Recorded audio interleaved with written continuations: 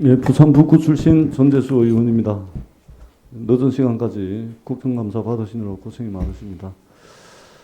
우리 금융위원장님, 예, 잘 아시겠지만 경제가 어려워지면 사실 제일 힘든 분들이 이 서민분들 아니겠습니까? 예, 맞습니다. 뭐 이분들 중에서 1금융권을 이용하시는 분들은 그나마 좀 나으실 테고, 제2금융권 뭐 이런데 이제 이용하실 수밖에 없는 금융 취약계층, 이분들이 이제 타격이 클 수밖에 없는데, 이분들에 대한 관심과 지원이 어느 때보다도 필요한 시기라고 생각을 합니다.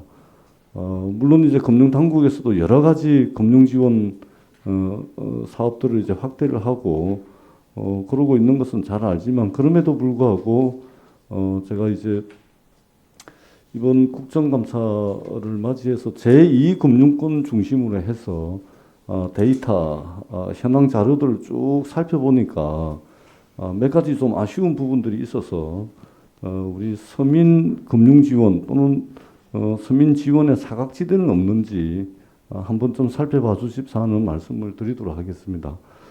먼저 이제 저희들이 그 법정 최고금리를 24%로 인하한 지가 벌써 2년이 지났죠. 예, 그럼에도 불구하고 법정 최고금리 24%를 초과한 대출 잔액이 8,270억 원에 달하고 있습니다. 업권별로 살펴보자면 저축은행이 7,704억 원 가장 많습니다. 그리고 캐피탈은 566억에 달하고 있고요. 물론 이제 법이 통과되었다 하더라도 이것이 소급되는 것이 아니기 때문에 당연히 잔액은 남습니다. 근데 이제 저희들이 이 부분을 저축은행에 이제 자료제출 요구를 하니까 저희가 이제 국정감사를 준비한다고 이 부분에 대한 자료제출 요구를 저축은행에 하니까 저축은행 상당수가 대환 차대 신청을 받기 시작했습니다. 그리고 캐피탈사도 저희 의원실에 연내까지 금리를 인하하겠다, 이렇게 이제 금리 인하 계획을 만들어서 저희 의원실에 이제 보내주고 계시거든요.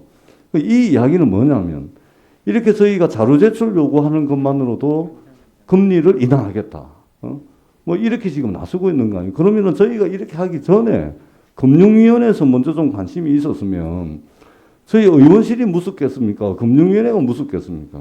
그죠? 그러니까 금융위원회가 조금만 좀 관심을 가졌다면. 의원실에서 하면은 좋은 거고 저희가 하면 또 개입이 없고 관치라고 하니까. 관치라고 그러니까 거기가 좀 조심스러운 부분이 있는데. 예, 아니. 같이 하시죠, 뭐. 예, 예. 그래, 뭐 어떻든 예. 뭐 좋은 겁니다. 이게 소급 적용이 안 되기 때문에. 그럼에도 불구하고 우리가 법정 최고이자를 내렸으면 뭔가 좀 이게 좀 가장 어려운 사람들이 혜택을 보는 게 좋지 않겠습니까? 예. 크게 그것이 무슨 명백하게 법을 어긴다든지 또는 무슨 뭐 도덕적 해이를 조장한다든지 그러면 안 되겠지만, 그런 측면에서 볼 때 이번에 이 저축은행이라든지 캐피털사가 이러한 조치를 취하는 것은 저는 굉장히 힘들고 어려운 분들에게 큰 도움이 될 수 있는 일 아니겠습니까? 그래서 이런 부분들을 이 어려운 시기에 금융위원회가 조금 더 꼼꼼하게 시장 상황들을 체크를 하고, 또 힘들고 어려운 분들이 어디가 더 힘들고 어려운지를 좀 살펴본다면 이게 저는 국민들께 이게 손톱만큼이라도 힘이 되는 거라고 생각을 합니다. 예. 한번 좀 꼼꼼히 좀 챙겨봐 주십사는 말씀을 드리고, 그 다음에 이제 보험약관 대출도 있습니다. 저축은행 캐피털사뿐만 아니고 보험약관 대출, 지금 최근 1년 사이에 약관 대출 규모가 1조 원 줄었는데 50대 이상은 8천억이 늘었습니다.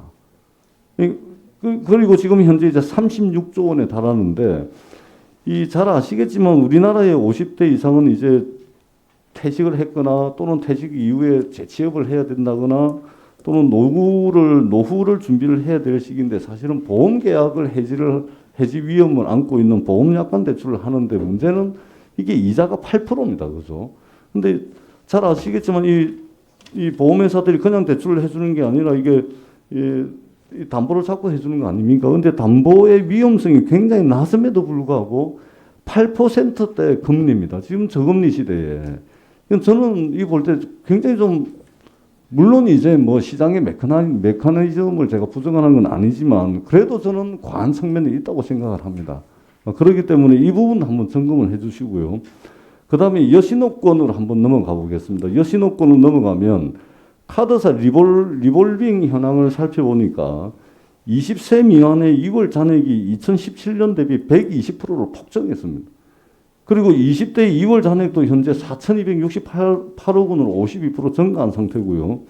이게 손쉽게 활용을 할 수는 있지만 사회 초년생들이 더 이런 나이에 부채의 늪으로 이제 빠져들어가고 있는 문제가 있습니다. 그래서 이 부분도 한번 점검을 부탁을 드립니다. 그리고 카드론입니다.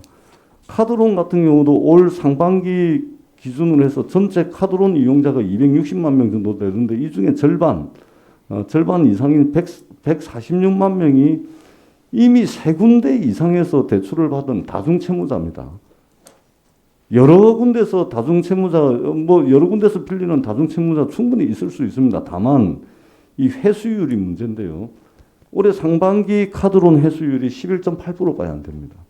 이거는 우리가 금융위기가 있었던 2008년도하고 비교를 하더라도 그때는 26.6%였거든요. 절반에도 못 미치는 수준입니다. 그러니까 제1금융권의 경우에 코로나 겪으면서 연체율 이런 여러 가지 지표들이 굉장히 건전성을 유지를 하고 있고 크게 위험하다라는 이런 시그널이 오고 있지는 않습니다만은 문제는 서민의 대다수가 이용하고 있는 제2금융권 중심으로 좀 위험하다 이런 시그널이 좀 여러 군데서 좀 오고 있는 것 같다라는 이런 판단이 듭니다. 그래서 제가 좀 전에 말씀드렸던 이 부분들을 우리 금융위원장님께서 각별히 한번 관심을 가지고 점검도 해보고 빠진 부분이 없는지 한번 체크해 주십사는 말씀을 드리겠습니다. 예, 의원님 진짜 중요한 말씀을 하셨고요. 참 취약한 부분이고 이게 결국은 나중에 이제 우리나라의 취약한 부분이 오고 그 부분이 또 젊은 사람이나 이제 약자들을 좀 가서 사회에 부담이 될 부분이 있기 때문에 선제적으로 살펴보고 또 선제적으로 이제 그 소프트 랜딩 할 수 있도록 하는 게 중요하다고 생각을 합니다. 다만 이제 이거를 그럼 어떻게 할 거냐? 이분들이 자금 수요는 있는 건데 마냥 줄일 수는 없는 거고. 그러니까 이 자금 수요를 우리가 하는 햇살론 뉴스라든지 햇살론 세븐틴 쪽으로 좀 세븐틴은 17%니까 너무 높군요. 좀 낮은 쪽으로 우리가 그때 의원님들 말씀하신 중금리 대출 이런 쪽으로 좀 옮겨 타야 수요는 자금 수요가 있어서 쓴 건데 본인들이 리볼빙을 쓰고 싶겠어요. 못 갚으니까 그랬던 부분인데 그래서 그 숙제를 저희가 하는데 무조건 줄이면 또 얼로 튀고 절로 튀고 하는 게 있기 때문에 이전할 수 있도록 줄이는 게 아니라 자금 수요를 이전할 수 있고 그 이전에 있어서의 정책적으로 저희가 정책금융 쪽으로 정책 서민 정책금이라고 하는데 그쪽에서 그걸 받아줄 수 있는지 하는 거를 각각 분야별로 말씀하신 부분을 조심스럽게 잘 살펴보도록 하겠습니다. 예. 제가 좀 구체적인 부분에 대해서 조금 더 말씀드리겠습니다. 저축은행 같은 경우 저희가 여러 차례 그 금리 인하 지도를 했고요. 웰컴 저축은행 같은 경우는 자체적으로 인하를 한 경우도 있었습니다. 그리고 보험 계약 대출 같은 경우는 가상금리 약 0.5%포인트 정도 인하를 했고요. 문제는 이제 지금 이제 의원님 말씀하셨지만 여러 가지 불합리한 요인을 저희가 찾아내서 그거를 제거함으로써 금리 인하가 이어질 수 있도록 그렇게 하는 노력이 필요한 것 같고 금년 말까지 저희가 다시 한번 점검해서 의원님 말씀하시는 그 취지를 받들도록 그렇게 하겠습니다. 예, 전재수 의원님 수고하셨습니다. 다음 질의는 존경하는 성일종 의원님 해주시기 바랍니다.